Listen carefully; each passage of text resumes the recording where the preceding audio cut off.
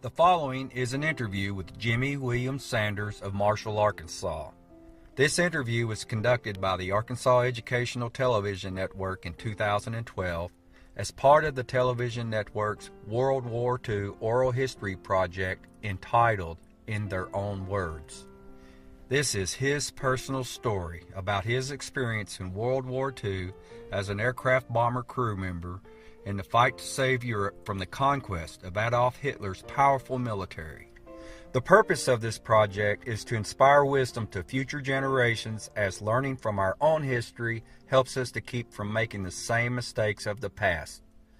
By learning the history of this country and the involvement in past wars, we can all see the greater truth. This truth is what unites us rather than divides us. I would like to thank Uncle Jimmie for his service to our country, as well as all military veterans who have served. Also, I want to acknowledge the military service of his three brothers, who also served during World War II, his older brothers Frank and Charlie, and his younger brother, my dad, Claude. I'm sure you'll enjoy hearing Uncle Jimmie tell his story, and I'm in hopes this recording will be listened to by future generations as time goes on.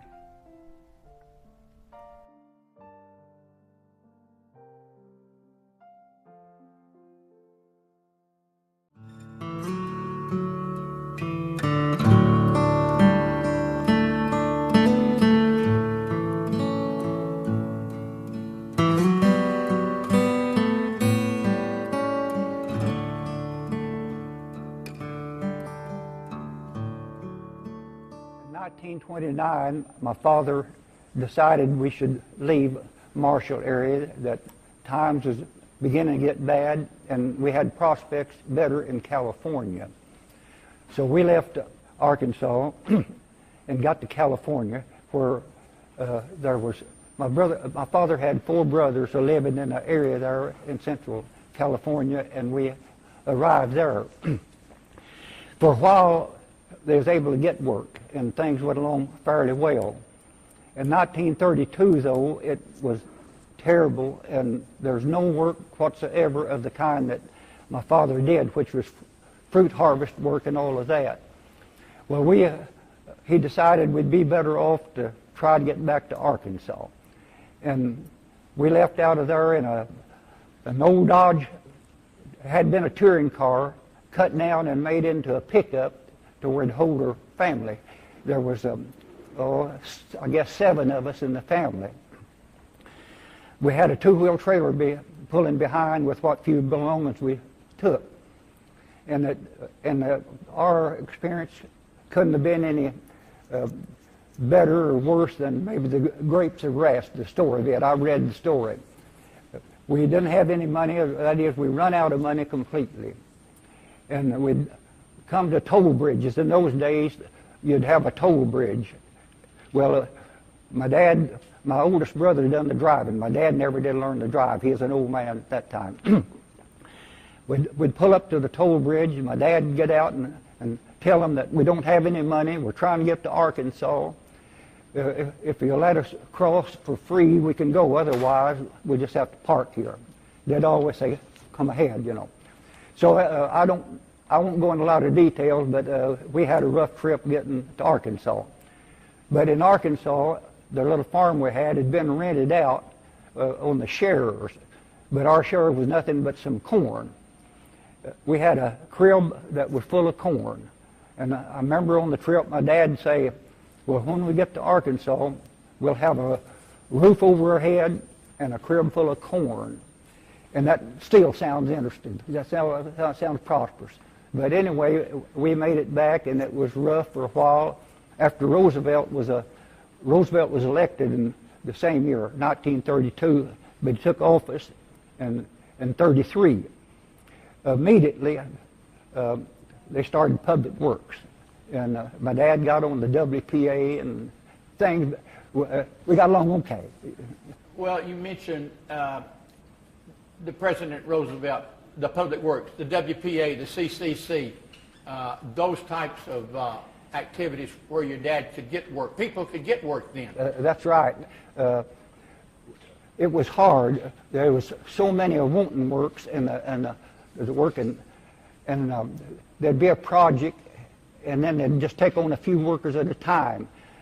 We lived about 12 miles from Marshall, and that's where you go to get your job. And the way they'd do it, they'd say, we're going to be hiring so many certain days. And my dad would go out there, and they'd call a few names and say, that's all, come back again a certain day, and we're going to hire some more. And after 2 or 3 trips, my dad, he was a pretty desperate man. After 2 or 3 trips, well, they said that, and he went up to him and said, are you going to hire me or not? And they said, I said, come back in a certain time, we're going to hire some more. He said, I've got to do something. He said, I've got a house full of hungry kids. If they're not going to hire me, I mean, he talked like that. He said, if you're not going to hire me, just let me know now to where I'll try to do something else. And they said, catch that truck getting ready to go out, you know. And them was great words to him. That's how hard it was to get a job. But anyway, they kept on giving jobs. But it was also, they had a direct relief. And before then, there was no relief that we knew anything about. But the direct relief really helped us out also. Well, I was born in 1923, and we're talking about 32 and 33, so I was about 10 years old. Moving ahead, in 39, 40, the war had been going on in Europe for some time. Germany had invaded France, conquered Poland, gone into the Netherlands. Hitler was moving rapidly across Europe. Right. The British had evacuated from France, was back on the island. The Battle of Britain was going on. The Japanese had invaded China and Manchuria. The war had been going on for some time in other parts of the world prior to 1941. What knowledge as a young man in Arkansas or did you and your family have of what was going on in the world? Really, I didn't have any knowledge of it. I understood there's a war going on overseas and all of that, but I couldn't even, for overseas didn't mean anything to me. The first knowledge, first time it began to ring a bell is that after they attacked Pearl Harbor. I didn't even know Pearl Harbor. I didn't know where that was, you know. But I had a brother. My oldest brother was already in service. In fact, there was a total of 4 of us boys in World War II. He was already in the Army at that time. And then, first thing I thought of, my brother will probably get killed, you know. Now, after the Depression, and I got to grow up, when I was 16 years old, my older brother that got married, I went to California with him and his wife to go back to work in the fruit harvest. We lived in tents during the summer, and we made a little bit of money, a few $100s. And then got back to Arkansas. I said we lived on a hillside farm, which is it. But I took that money and I bought some just regular wood land with that money. The following year, I hitchhiked to California and worked the fruit harvest. Done the same thing. I'd stay around. I had uncles lived around, and I'd be with them some, but I was out working.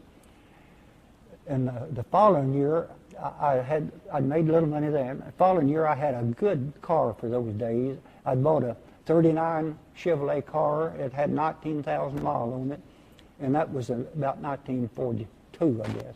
So for us, that was a great car.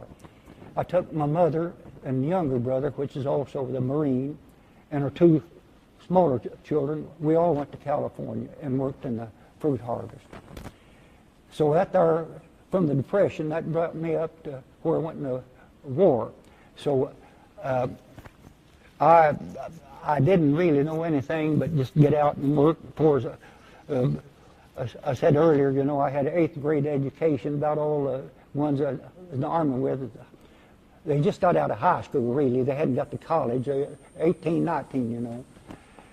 I had to compete with the kind of people, besides I was raised in the hills, you know.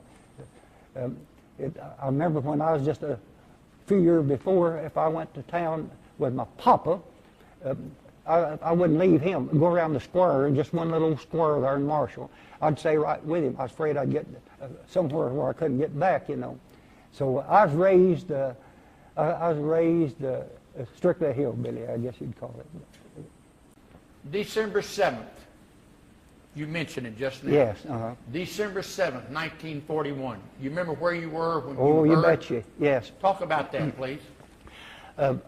My younger brother, he also was in World War II.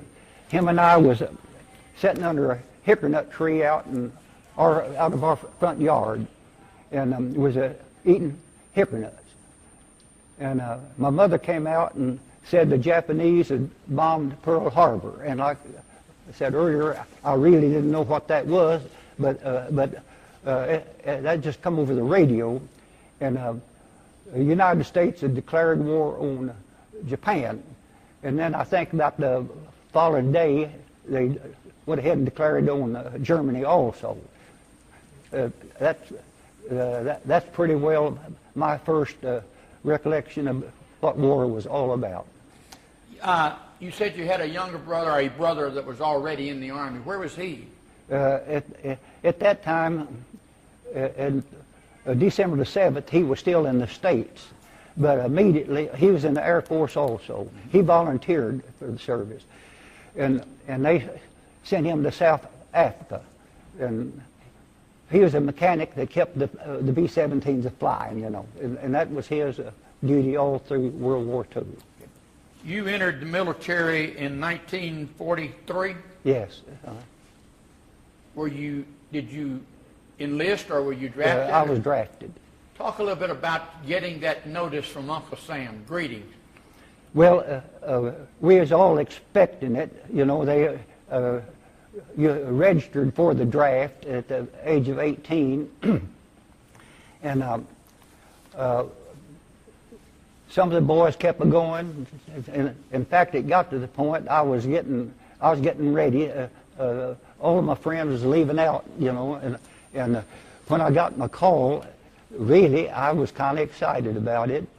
I was drafted at Camp Robinson there at Little Rock.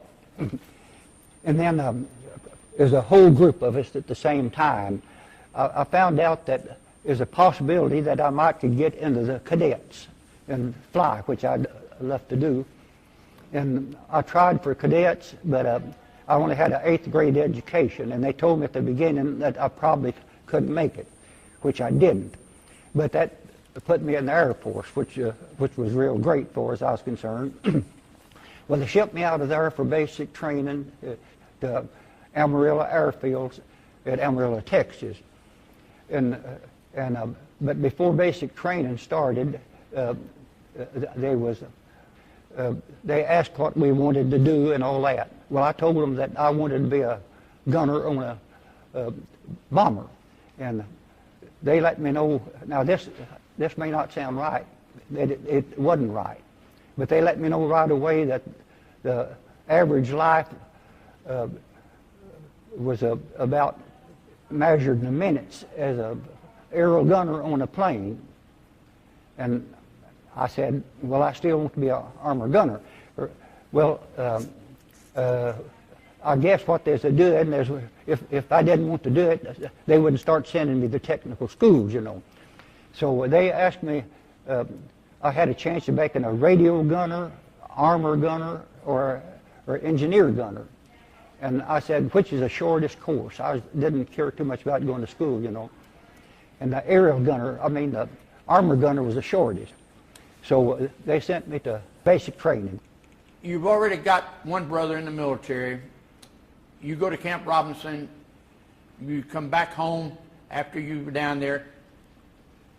What was the goodbye like when you were getting ready to leave home to go to basic training? What was it like with your mom and your dad? Really, I don't think I had a lot of emotion about it. I was looking I knew as I was going, I was looking forward to it. Now my mother wanted to see me off.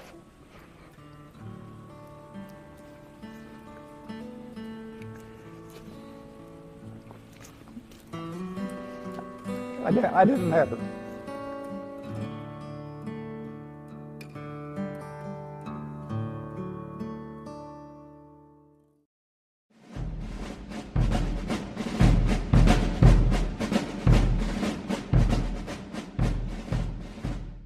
Say goodbye as you leave home.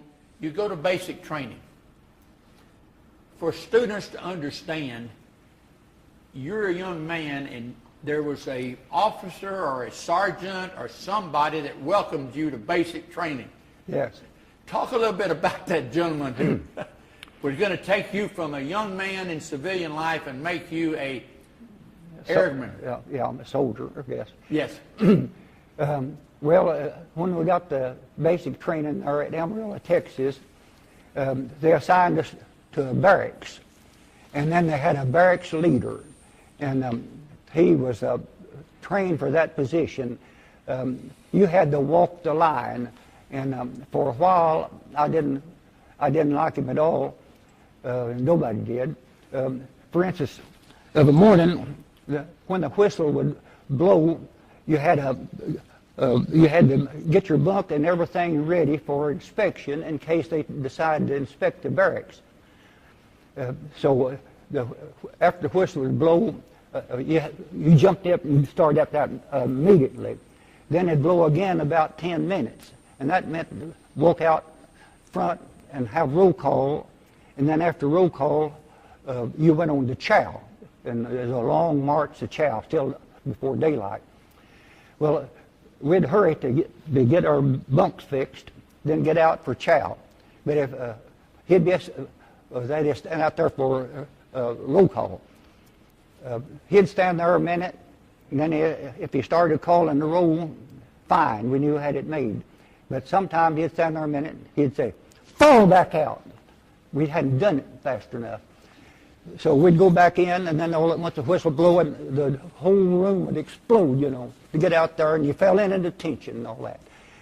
So then, we fell into detention, he'd call the roll, and we'd march, and you had to sing. The Air Force always sang as they march. Just these old Air Force songs, in the Army, Air Corps, whatever, So,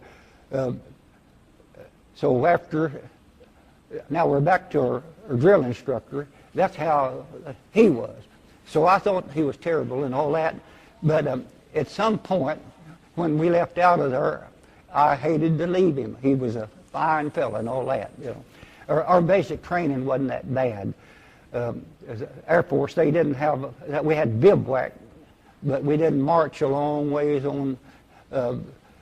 Bivouac was a little bit different from the, I can't remember the word that the regular Army done. They'd go out on maneuvers, maneuvers. Right. But my basic training wasn't bad at all. But now my technical school, we'll get into that, it was pretty rough. After basic training, do you have a chance to come home, or do you go right to school? No. Let's go to school now. Let's go to the technical school. Okay. We'll talk a little bit about that.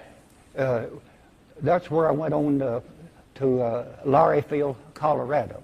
And I, like I say, I just had an 8th grade education, and I'd been working for 2 or 3 years after I quit, or 4, maybe more than that, before I quit the 8th grade, and I just didn't know how to take notes and stuff like that. Well, we had a lot of class work to do. And then most of them was high school graduates, and they could just do it so easy. They could take a few notes, this and that, and I'd try to remember. If I tried to take a note, I couldn't get it spelled out and all. And I passed it. I sure didn't want to fail, but I got through the armament school, and there we had a lot of outside work. We done a lot of skeet shooting. Where they pulled, and the skeet would come out, and you had to have it different angles to learn how to give different leads. But then we also done that when we went to gunner school. I really don't know why we was doing that in armament school as we did, but we done quite a bit of flying in armament school. But the main thing was what I did in gunnery school. That rang bells to me so much. We after armament school, it was a 6 weeks course, but it was drawn out probably close to 3 months time we got there till we got shipped out. We went there to Panama City, Florida, which is Tyndall Field, and right away they laid a 50 caliber machine gun out on the, it had been completely detailed stripped, just piece after piece just laying around on the table there. And they said, you look this over, says before you graduate from here, you'll put that thing together and there'll be bad parts mixed among it, and you'll have to be able to sort those bad parts out. But you put that gun together and make it where to shoot, and you'll have to do it blindfold. And that's truth. We had to do that, and I thought right away, well, there's no way, you know. But a person, I guess, can learn a lot. We went through with that, did it. Then another thing that I didn't think I could do was aircraft recognition. We had to learn about all the planes, that the German planes, Jap planes, and even the Russian planes besides your own. And they'd show a picture up there, and they'd give us all the distinctions and features of all the different planes. And we had to learn them to the point that they'd flash a plane up on the screen, and if you batted your eye, you probably wouldn't see it, you know. But then you had to identify it. And I didn't think I could learn to do that, but I passed that too, you know. So those were the two hardest of the course. Actual firing, learning to fire the machine gun. Talk a little bit about that. How they showed you, or how you. Okay. Well,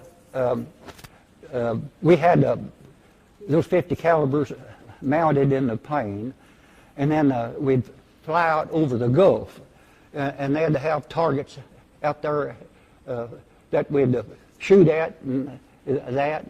And then they had a tow plane. They'd pull a tow target, and then our ammunition was colored to where when you'd shoot at that tow plane, flag from the tow ship, they could tell how many hits that each individual got, you know. Then we had turrets mounted in weapon carriers on a truck, and then you'd be going out across the fields through there, and then a target would come up, and then you'd have to maneuver your turret and try to hit that. I don't think there's very much hitting going on at that, but they probably didn't count it too much. But that was well, then we done a lot of skeet shooting from the turret, you know. They'd pull a skeet up, and then you'd trail it, and I got real good at that, because that turret, it wasn't your hands, you know, you're shaking, but that held it pretty well level. And I learned that if the skeet was going up, when it got to just before it started falling, it'd get still, you know. And I'd trail it and just wait and wait, not shoot till finally I'd get still, then I'd shoot. And I was so good at that I'd just be surprised when I'd miss one. But I'd had a lot of gunnery experience as a boy, squirrel hunting. We needed squirrel meat to eat, and we didn't have any shells, and I got to be a pretty good shot back then, you know. How long is gunnery school? Approximately how long? Gunnery school, I don't remember. It was measured in probably 2 months, but that's something like that. After you complete your schooling as a aerial gunner in the Army Air Corps, do you get a set of those wings?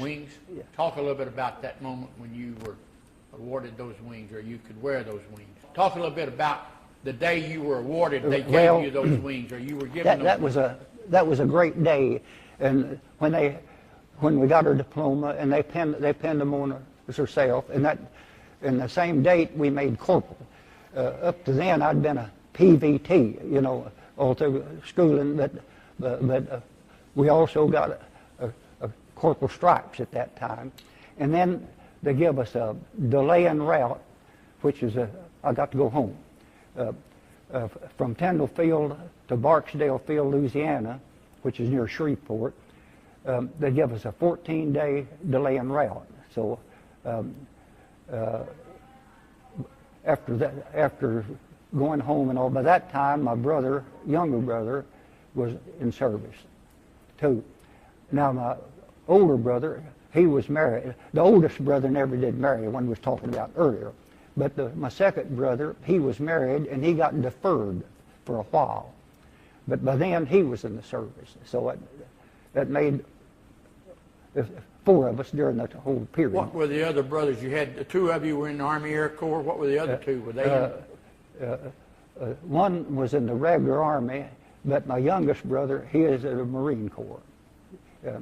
And he went late in the war, but he didn't go overseas. He wound up doing a job in the quartermaster or something like that. But he is expecting to go nearly any time, you know. But he never did get going. You've been gone from Marshall. You've been gone from your family for several months. How did you stay in touch with them? Riding.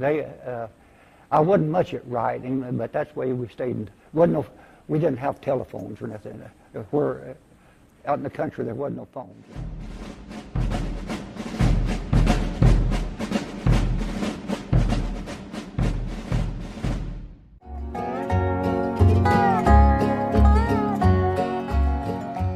That delay en route from Florida to Barksdale and Shreveport, you got to come home to Marshall. Talk a little bit about coming home, seeing your folks for the first time in a long time. I can't remember anything very exciting about it. Of course, I was thrilled to death to come home. And I had some younger brothers, but my mother and dad was about the only ones there. But I still had friends that I think I was young enough that I guess I spent more time with my friends than I did with my mother and dad, you know, that was still left at home that hadn't gone. After your delay en route, you end up at Barksdale. Pick us up there. Where do you go after that? Okay, at Barksdale Field is where we met our crews that we flew with during the war. And then we done overseas training there at Barksdale Field. And it was 3 of us enlisted men, which is, I was the armor gunner, and then we had the radio gunner, and then the other one was the engineer gunner. Well, we made real good friends immediately. In fact, we stayed friends all our life. One lived at Tulsa. After the war was over, he couldn't make up his mind for a while what he wanted to do, and he'd come to Marshall and stay a week or 2 at a time. Well, the other one lives in Boston, Massachusetts, and we didn't get in touch with him for several years. We lost touch with him. After he got out of the Army, he wanted to forget the whole thing. You know, he's a Polak. After the war was over, he wanted to go where his father and mother came from in Poland. Well, he tried to get there, but he got so far and the Russians turned him back. They said that no one was allowed to go in there, and they asked about the town they're from, and they said there's no town there, nothing left, and all that. So he never heard from his folks. In fact, he wasn't even an American citizen when he went in the Army. He got his citizenship after the war. His dad, he was born over there himself, you know, and his dad and mother moved from Poland when he was a boy. Well, anyway, him and I have been friends for years, and in this last summer, he come all the way from Boston to visit with me and stay a few days. So at our age, that's, pardon? Great friendships. Yes. The first trip he came, we hadn't saw each other in I want to say 40 years. We lost contact. Him and I lost contact. When he came to see me, my wife, father, and my wife had the Chevrolet agency there at Marshall, and my wife worked there. And when he came to see me, well, I had him to meet me at the Chevrolet garage because that was easier to find it than it was my home, you know. Well, he'd called from Little Rock. He'd been to Florida, coming back from Florida when he came there. He called from Little Rock and said he was leaving there, and I kind of guessed how long it'd take him to get to the garage there. And I sat there waiting on him. Well, at some point there, a van pulls up. And I knew it wasn't a local vehicle. It pulls up, and I figured it was him. And I got around, I could see the tag, which is a Massachusetts tag. Well, I already had planned what I think to do. So I went around, and I come up in front of him, and he got out of his vehicle standing there and just looking around. And I come up pretty close. I hollered, I said, "Hey, soldier!" And he turned my way, and I says, "Attention!" You know. And he popped to attention. He knew the story, you know. So he popped to attention. Then I said, "Hand salute." And boy, he give a good salute. And I said, "At ease, soldier. You're who I thought you was," you know. And then that was kind of our first meeting. But he didn't look natural at all. But after longer we got together, more natural he was. And then for long, we just seemed like old times, you know. You said you picked up your crew at Barksdale. How many members of the crew? It's 6. And you're assigned to what type of plane? There's a B26 Marauder was a. Describe the B26 Marauder for students who will never probably see one unless it's part of the Air Force that somebody has restored one. They're a twin-engine plane, and they're a real fast plane. At that time, escorts, we had fighter escorts following us in combat, just go along the fight off fighters. Well, they didn't like the escort B-26s because, by golly, they're so fast that if they had to maneuver much, they'd get behind them, you know, and all that. So there's a fast plane, and they had up at the nose, it's where the bombardier stayed, and the navigator was the same. The bombardier and the navigator was the same man.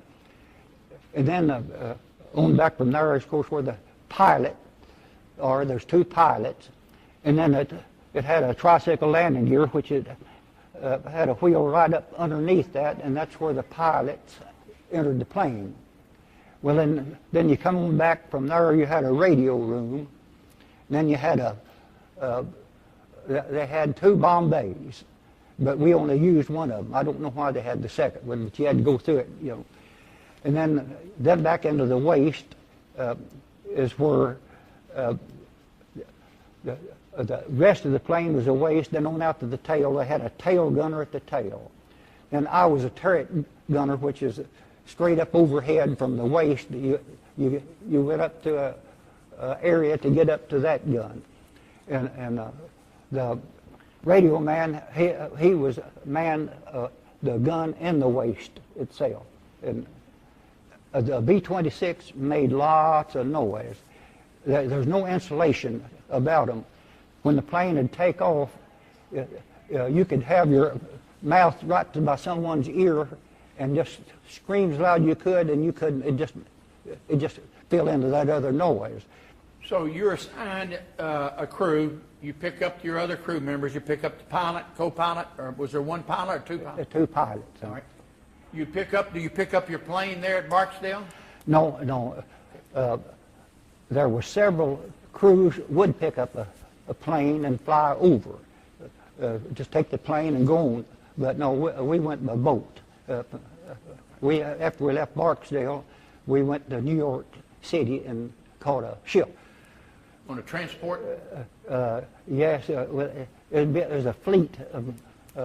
We had there's a whole bunch of transport, you know.